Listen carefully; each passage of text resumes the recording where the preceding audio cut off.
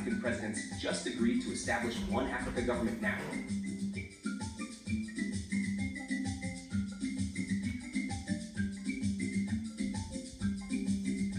Vai Takunda Mabika, Southern Africa breaking. Tisu Banhu Vacho. If Africa stands together, who dares stand against it? Intro. The dream just got real. Zimbabwe, Africa, the entire diaspora. This is not a drill. It's not a prophecy, not a protest chant, not a TikTok trend. It's real. On Saturday, in the corridors of the African Union Summit in Addis Ababa, something historic happened. African heads of state, led by Angola's President João Lourenço, officially agreed to begin the process of forming a continental government. Yes, you heard that right. A united African government within our lifetime. The plan is bold, complex, controversial, and powerful. And I'm going to walk you through everything. Who led the charge? Who's scared of it? What this means for Zimbabwe, South Africa, Ghana, Kenya, and you. So don't go anywhere. This might be the most important news in Africa this decade. Part 1. How?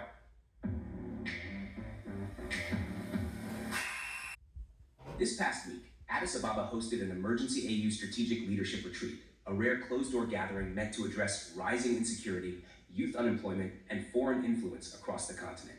According to multiple diplomats who spoke to our SABN insiders under strict anonymity, a bold 68-page proposal was circulated, titled, The United Africa Transition Protocol, UATP, a roadmap to continental governance by 2036. The proposal recommends establishing a United Africa Parliament, creating a continental army command, introducing a digital currency called AfriCoin, granting dual African citizenship to all nationals of AU states. Most shocking, all 55 African Union member states agreed in principle. No veto, no exit. Some called it the rebirth of Kwame Nkrumah's dream. Others called it economic suicide. But no one denied this is a new chapter. HO led this call. Let's give credit where it's due. President João Lourenço of Angola, the current AU chairperson since February 2025, opened the floor with this line. Africa cannot remain a sleeping lion while others feast on our future. We must rise, not as 55, but as one.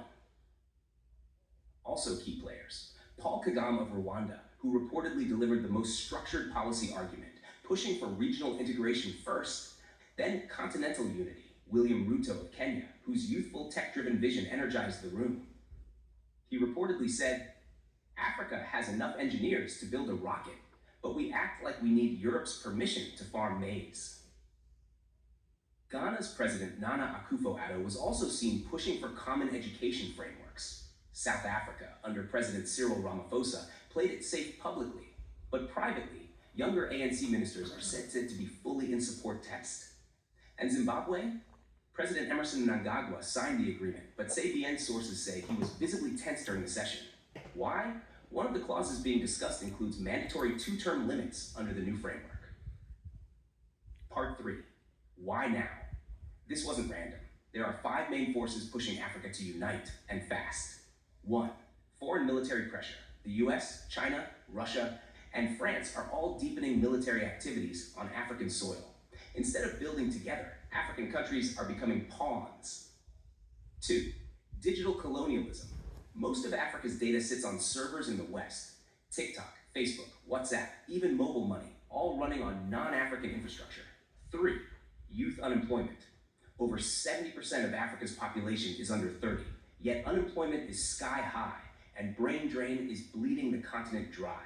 4. Coups and instability. From Sudan to Niger to Burkina Faso, internal instability is being used as an excuse by world powers to interfere. Again, diaspora pressure. Africans abroad from the UK to the US are increasingly demanding that leaders act in unity and build a Pan-African identity that's more than just words. What the new government could look like. The United Africa Transition Protocol proposes a step-by-step transition by 2036. Here's the vision. 2025 to 2028, legal alignment phase. Member states align constitutions around human rights, electoral integrity, and term limits. Pilot testing for AfriCoin, the digital African currency, begins in East Africa. 2029 to 2032, structural integration phase, creation of a continental parliament with 10 representatives per country. Launch of the African Defense Council, ADC, integrating top military personnel from all regions. 2030-33 to 2036, citizenship and governance phase. All Africans receive dual African Union citizenship. Establishment of an African Union Executive Council elected by the Pan-African Parliament. The final goal, a unified Africa, still respecting national borders, but governed under a federal system that protects citizens, not dictators. Part 5, Street Reactions. At Saban, we don't just report from the top. We ask you, the people. From Mbare to Mombasa, Lagos to Lusaka, here's what the streets are saying.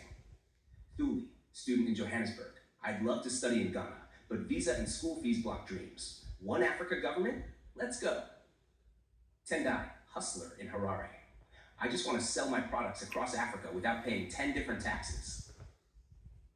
Usman, security guard in Dakar. If there is one currency and one flag, I will die proud. Even soldiers are speaking. One anonymous officer in Zimbabwe texted this to Saban. If we can fight for foreign missions under the AU, why can't we protect our own continent the same way? Part 6, who's secretly panicking? Let's not be naive. Behind the smiles and handshakes, some powerful interests are not happy about this development. 1, France and Belgium. They risk losing access to economic zones they've controlled for decades, especially in West Africa. 2, the US and China. Both countries have invested heavily in military bases, surveillance systems, and digital infrastructure. A united Africa could say no thanks to foreign debt traps. 3, local elites. Many African billionaires and politicians thrive in a divided system where borders protect monopolies and corruption. Saban's sources say even in Zimbabwe, some Zvigananda elites are planning legal resistance if too many national powers are handed to AU structures. Part 7. Will this actually happen? Good question. There have been 5 major attempts since the 1960s to create a unified African government. All failed due to fear of losing sovereignty, language and tribal barriers, lack of political will, Western sabotage. But this time, it feels different. Why? Technology makes integration possible. AfCFTA, mobile banking, social media. The youth are organizing continent-wide, not country by country. The problems are now global: climate change, migration, inflation, and no single country can fight them alone. Part 8. So what does this mean for you? Let's bring it home. If this dream comes to life, Zimbabwean entrepreneurs could sell goods in Ghana with 0 tariffs. South African miners could invest in Congo with full legal protection. Nigerian doctors could work in Malawi without requalifying. Your child could go to school anywhere in Africa for the same price as locals. And maybe, most powerful of all, your passport wouldn't just say Zimbabwe, Zambia, or Sudan. It would say, citizen of the African Union. Part 9. This is our chance to love ourselves. Let me speak to the soul now. This is not about politics. It's about love. Love for our ancestors, who were divided by borders they didn't draw. Love for our children, who shouldn't have to leave the continent to dream. Love for our cultures, our rhythms, our languages, our genius. And love for ourselves, because nobody can unite Africa but Africans. Outrow, one Africa, one destiny. So where do we go from here? We watch, we build, we pray, we push, we demand that this doesn't just become another empty AU file that gathers dust in an Addis Ababa cabinet. We, the people, must make it real. One Africa government is not a dream, it's an assignment. Takunda Mabika, ending call. Like, subscribe, share this with every African you know. From